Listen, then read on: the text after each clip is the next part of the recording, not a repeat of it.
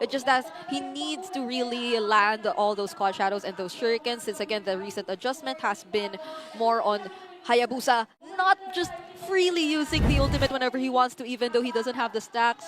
So that's probably just one thing they have to consider. But other than that, Falcons, I feel like they're playing it really safe. I saw multiple Purify spells across the board. Let's see if that's going to result to anything good here. We do see a lot of Purifies and 4 Flickers here for AP Welcome Bren. to Mobile Are they going to be the Legends. aggressor here? Or will they have a problem in the jungle? Kyle TZ really scary on that Joy so far.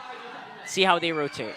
Yeah, that is going to be indeed the idea of AP Bren. So we're expecting them to rotate aggressively and as fast as they can, which is what we are seeing from them right now. They are leashing James Panks really well. He's already gotten his hands on the double buffs, and they will also secure the Little Wanderer from themselves. So at least a very decisive start for AP Bren. But let's see if they're able to maintain this. Look at how fast James Panks is. Already level 4. Kyle TZ still getting his purple buff. Just like what we witnessed yesterday with one of the first series, is that it's all going to boil down to the XP lane and how your junglers are doing in the jungle. So far we know Kyle TZ has mastered that Joy very well and can really snowball early on. But Super Marco can sense the danger. That's 4. That's 4 members, so luckily he just kept himself safe under tier 2.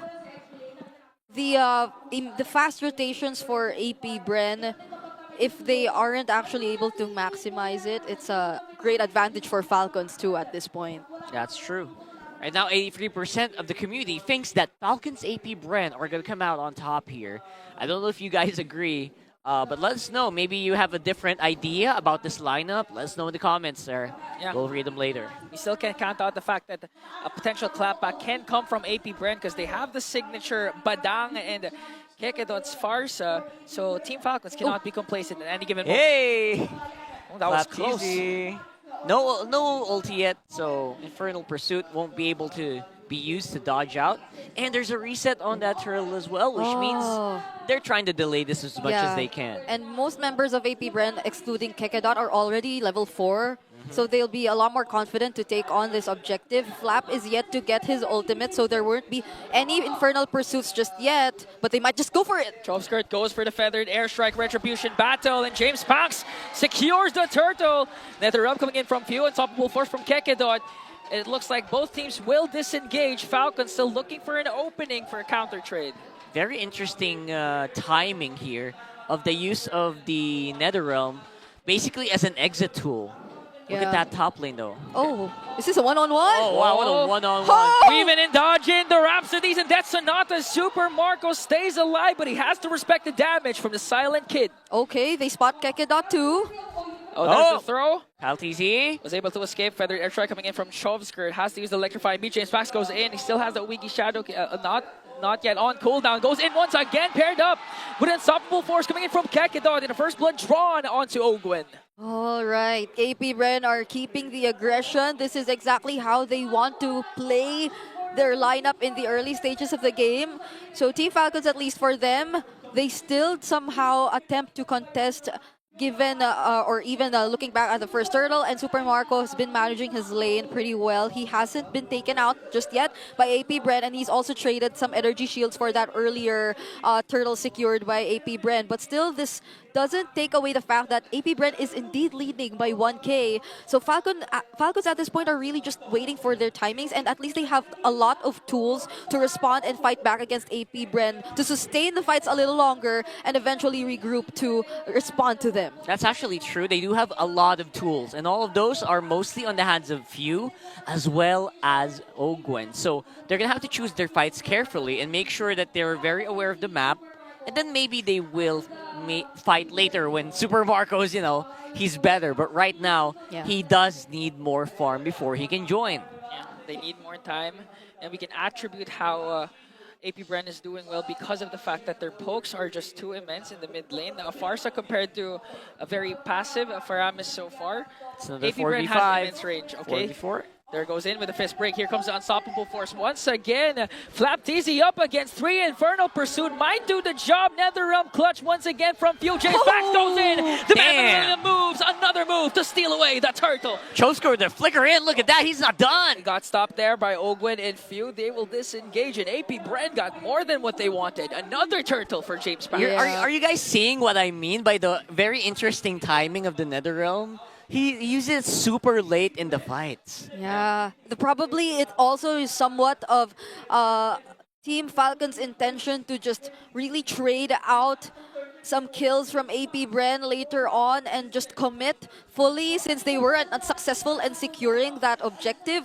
But AP Bren, they just know how to be so careful as well to disengage when they need to and not give out those trades. Since there's no flicker, okay, there's going to be an unstoppable force to throw onto Kyle TZ, but he was able to dash out. They're looking to go for Kyle TZ, but again, a trade for Team Falcon.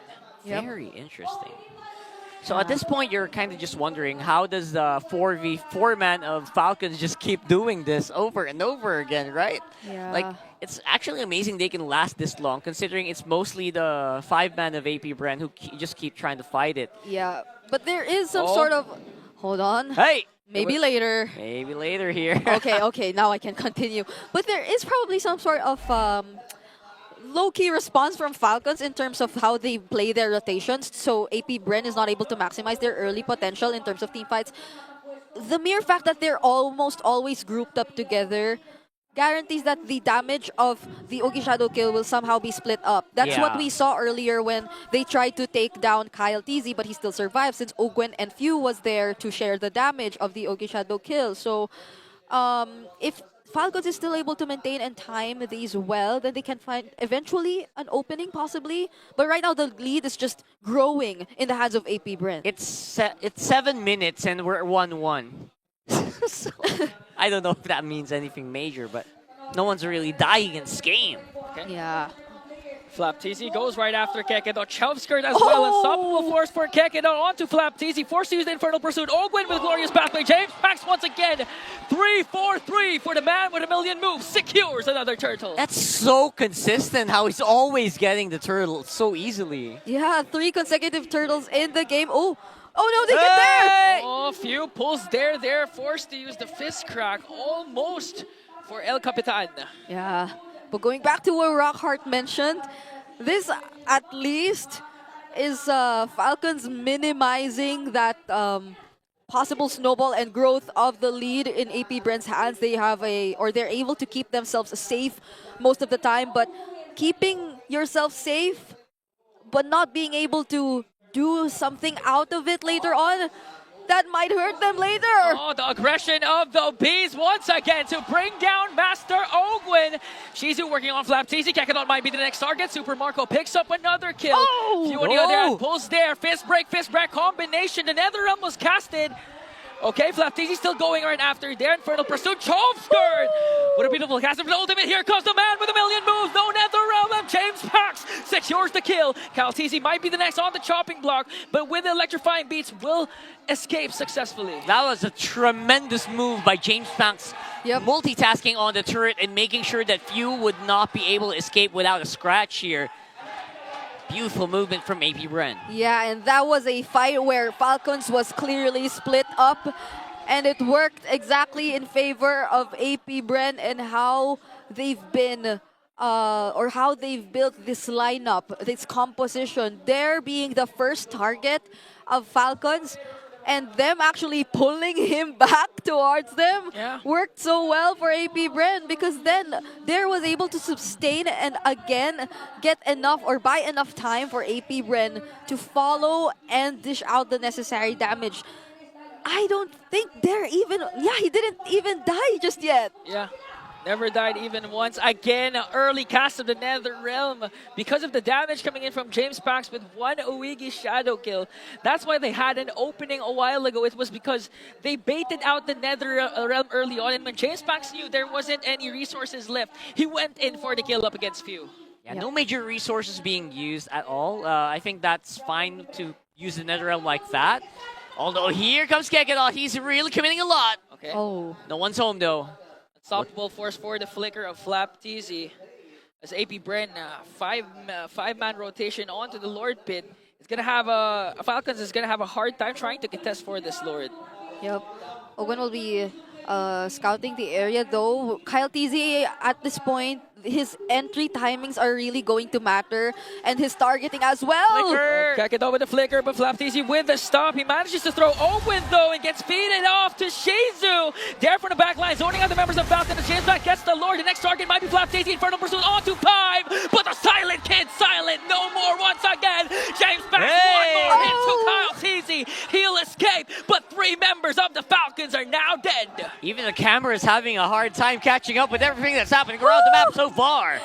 Kyle TZ and Super Marco were the only members left, and now it is so difficult for Falcon's Few on his stacks. I bet he's barely been able to get the necessary or the right number which will make you confident enough to always engage in a fight, because every now and then they find a way to take him down even despite this very low scoring game.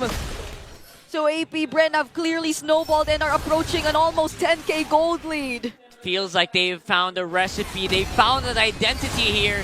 Trying to blow it up, and there you go. Oh, there's the big zone damage. from Chobskirt with the feathered airstrike. 11 minutes in, one inhibitor has now been taken down for the side of Team Falcons. Yeah, things could have been so much worse for Falcons in that defense. Only if the minion was tossed a bit earlier from Kekedot, because that would have meant that the Holy Shields would be already gone for that turret, and the Lord would have had entered the base with a very low HP, less than 65%, but they're still about to go for it. Oh, Ogwen, dangerously low here. They were able to stop the Fenrir coming in from Chokescript, but Super Marco, the bulletproof is now gone. Next target is Flap TZ. Cal TZ has to back off now. Who's this? Ogwen going up against 4, maybe able to take down Chokescript, but the price for his life. 3 members now for Team Falcons. It's only Few and Carl remaining here. Oh, James Fox, they have minions there. Kekedon's ready to eject someone. Shizu just dishing out the damage. Immortality pop for Kekedon. The killing spree coming in from James Fox. And an unbelievable win for AP Bren. That was fast. That was surgical.